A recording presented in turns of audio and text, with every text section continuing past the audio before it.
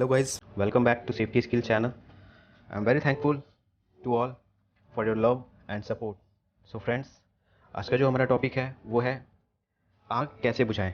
क्या तरीका है जिससे आग बुझाएं और ऐसी क्या क्या बातें हैं, पॉइंट्स हैं जो हमें आग बुझाने से पहले और बुझाने के टाइम ध्यान रखने हैं, और फायर एक्सटिंग्विशर पे कौन से टेस्ट होते हैं, किस हाइट पे उसे रखा जाता है, ये सारे सवालों का जवाब आज हम लोग इस वीडियो में जानेंगे।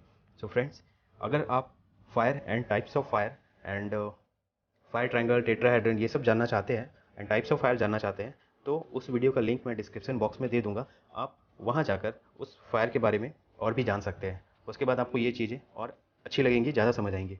ठीक है दोस्तों, तो वीडियो को पूरा देखिएगा तभी समझ आएगा। कहीं भी स्किप करेंगे तो आपको वीडियो समझ में नहीं आएगा। सो फ्रेंड्स, अगर आप इस चैनल पर पहली बार आए हैं तो चैनल को सब्सक्राइब कर लें और घंटी को दबा दें ताकि आपको सारी नोटिफिकेशन मिलती रहे। और इस वीडियो पे एक लाइक कर दें, और जो सब्सक्राइबर्स ऑलरेडी इस चैनल पे हैं, इस वीडियो को अपने फ्रेंड्स और ग्रुप में शेयर करें ताकि अवेयरनेस और फैल सके। ठीक है, क्योंकि फायर एक्सटिंग्विशर क्या है कि हमें हर जगह दिख जाता है, लेकिन उसे चलाने, यूज़ करने से हम कतराते हैं। आग हमारे सामने लग जाती है, उससे नुकसान हो जाता है, बट हम लोग फायर एक्सटिंग्विशर के होते हुए भी उसे यूज़ नहीं कर पाते हैं। सो फ्रेंड्स, इस अवेयरनेस के लिए आप इस वीडियो को अपने फ्रेंड्स, अपने फैमिली मेम्बर्स को शेयर करें ताकि वो जान सके कि फायर एक्सटिंग्विशर को कैसे यूज़ करना है, ताकि वो आपकी एब्सेंस में भी या कहीं भी इंडिपेंडेंटली उस फायर एक्सटिंग्विशर का यूज़ करके जो छोटे मोटे आग हैं उसे बुझा सकते हैं। ठीक है दोस्तों, तो सबसे पहली बात यह है कि फायर एक्सटिंग्विशर से हमें किस तरह के आग को बुझाना है। ठीक है, एक्सटिंग्विशर थोड़ा बड़ा वर्ड इसलिए मैं फंस जा रहा हूँ। तो फायर एक्सटिंग्विशर में क्या है कि ये हर तरह के आग को नहीं बुझाता है। ठीक है, आग बड़ा भी हो सकता है, छोटा भी हो सकता है। ठीक है, तो मैं बोलूँगा कि फायर एक्सटिंग्विशर जो है वो हमेशा छोटे मोटे आग को बुझाने के लिए ही यूज़ किया जाता है। ठीक है, आप पूछेंगे कि छोटा मोटा आग किसे कहेंगे। ठीक है, तो ये सवाल जायज़ है। तो वैसे आग जहाँ खड़े होकर आप फायर एक्सटिंग्विशर को यूज़ कर सकते हैं और उस आग को बुझाकर सेफली वहाँ से वापस आ सकते हैं, उसे हम लोग फायर एक्सटिंग्विशर से बुझाएंगे। जहाँ जिस आग पर आप जाने के बाद अनसेफ फील कर रहे हैं, वहाँ हम लोग फायर एक्सटिंग्विशर यूज़ नहीं करेंगे। ठीक है, ऐसा आग जो भड़कने का, जिसके भड़कने का चांस है, जैसे पेट्रोल, डीजल, ये सब केमिकल में जब आग लगती है तो ये क्या होता है, तुरंत भड़क जाता है। तो वहाँ पे आप, अगर वो छोटे लेवल पे है तो आप उसे लगा सकते हैं, फायर एक्सटिंग्विशर वहाँ पे यूज़ कर सकते हैं, बट वो बड़ा हो गया तो नहीं। तो चलिए फ्रेंड्स, हम लोग जान लेते हैं कि फायर एक्सटिंग्विशर को यूज़ करने से पहले हमें उसमें क्या देखना है। ठीक है, उसके बाद ताकि वो सही काम कर सके, कौन, फायर एक्सटिंग्विशर। ठीक है, तो सबसे पहले हमें ये देखना है कि उसमें जो नीडल्स है, ये आप येलो कलर का जो नीडल्स देख रहे हैं, ठीक है, और ये जो क्लॉक है वो हर फायर एक्सटिंग्विशर पे होता है।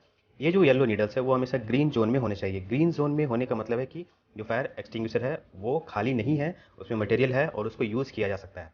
ठीक है, तो मैं आपको सिंपल लैंग्वेज में केवल समझा रहा हूँ। ठीक है, ज़्यादा टेक्निकल लैंग्वेज में नहीं जा रहा हूँ। अगर मान लीजिए ये फायर एक्सटिंग्विशर का जो नीडल है वो ग्रीन जोन में नहीं है, ग्रीन जोन से राइट या लेफ्ट है, मतलब वो यूज़ नहीं हो सकता है। ठीक है, राइट लेफ्ट दोनों तरफ अगर गिरा हुआ है, कहीं भी कोई भी डायरेक्शन हो सकता है, तो उसको यूज़ नहीं किया जा सकता है। ठीक है, इसके आगे हम लोग जानेंगे कि क्या क्या टेस्ट होते हैं, कब तक अगर डिफेक्टिव निकला तो कब उसे ठीक करना है, ये आगे जानेंगे। ठीक है, तो फायर एक्सटिंग्विशर जो है वो चलाने का एक सिंपल सा फॉर्मूला है, पास। ठीक है, केवल एक वर्ड आपको याद रखना है, PASS। इसी फॉर्मूले को सबको बताना है ताकि वो फायर एक्सटिंग्विशर को चला सके। ठीक है, सो फ्रेंड्स, आइए हम लोग डिटेल में जान लेते हैं कि ये पास का फुल फॉर्म क्या है और कैसे फायर एक्सटिंग्विशर को यूज़ करना और किसी भी आग को बुझाना है। फर्स्ट वर्ड है पास का, वो है पी यानी पुल, पुल यानी खींचना। तो हमें क्या खींचना है, हर फायर एक्सटिंग्विशर के ऊपर एक तरह का मेटल पिन होता है। ठीक है, जो आप इस फिगर में देख सकते हैं, यहाँ पर है। ठीक है, इस तरह का जो मेटल पिन है उसे हमें खींचना है। ठीक है, यानी पुल करना है। किसी किसी फायर एक्सटिंग्विशर में आपको इस पिन के जगह पे प्लास्टिक बैंड भी मिल सकता है।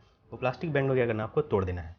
तोड़ने में कोई हिचकिचाहट नहीं है, कोई आपको कुछ नहीं बोलेगा, आप उसे आसानी से तोड़ दे ट्विस्ट करके, ताकि आप फायर एक्सटिंग्विशर को यूज़ कर सके।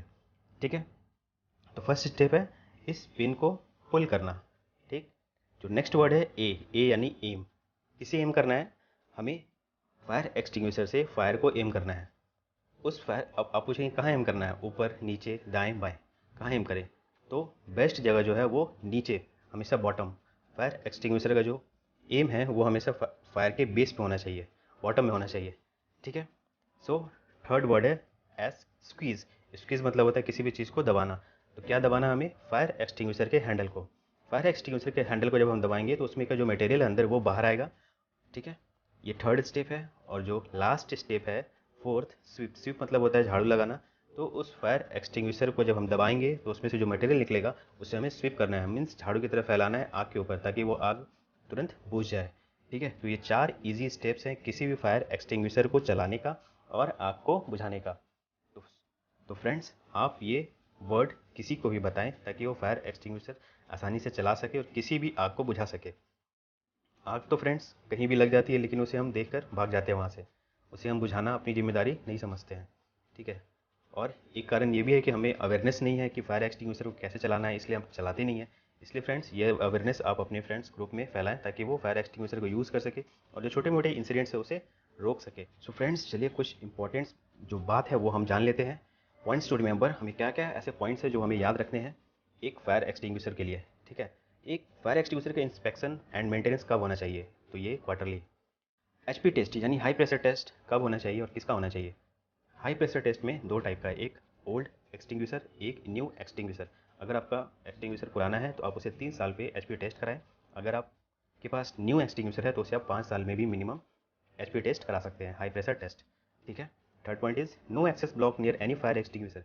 फायर एक्सटिंग्विशर जहाँ भी रखा है वहाँ पे कोई भी एक्सेस ब्लॉक नहीं होना चाहिए, यानी वो किसी के भी ऐसा जो उसका रास्ता है वो ब्लॉक नहीं होना चाहिए, ताकि किसी को अगर वहाँ जाना है तो वो ले ही ना पाए। अक्सर ऐसा होता है कि फायर एक्सटिंग्विशर ऐसा जगह पर रखा रहता है, उसके आगे कुछ सामान कुछ लोग रख देते हैं, दूसरा सामान, जिसकी वजह से वहाँ पहुँचना मुश्किल हो जाता है और आपको बचाना नामुमकिन हो जाता है। ठीक है, इसलिए कोई भी एक्सेस ब्लॉक नहीं करना है। Next, fire extinguisher should be kept at 1 metre height from the ground.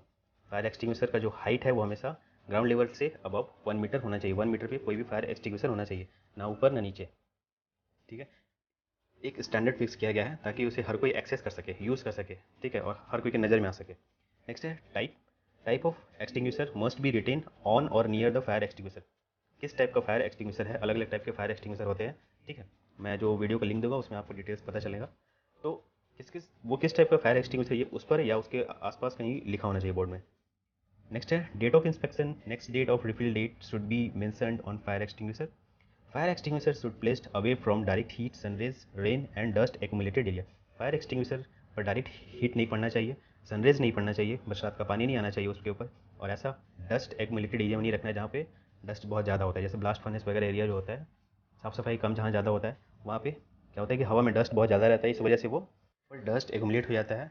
Dust accumulate होने की वजह से फायर एक्सटिंग्विशर दिखता नहीं है और जिसकी वजह से लोग आग बुझा नहीं पाते हैं। तो इस तरह का कोई भी नेग्लेंसी नहीं होना चाहिए। Defective extinguisher shall be rectified with in 3 days.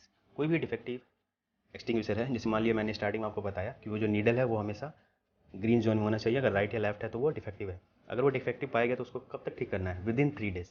ठीक है, इससे ज़्यादा टाइम उसमें नहीं लगना चाहिए।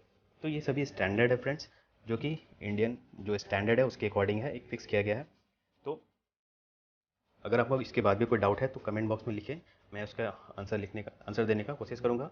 और वीडियो अगर आपको अच्छा लगा हो तो hit the like button and subscribe the channel.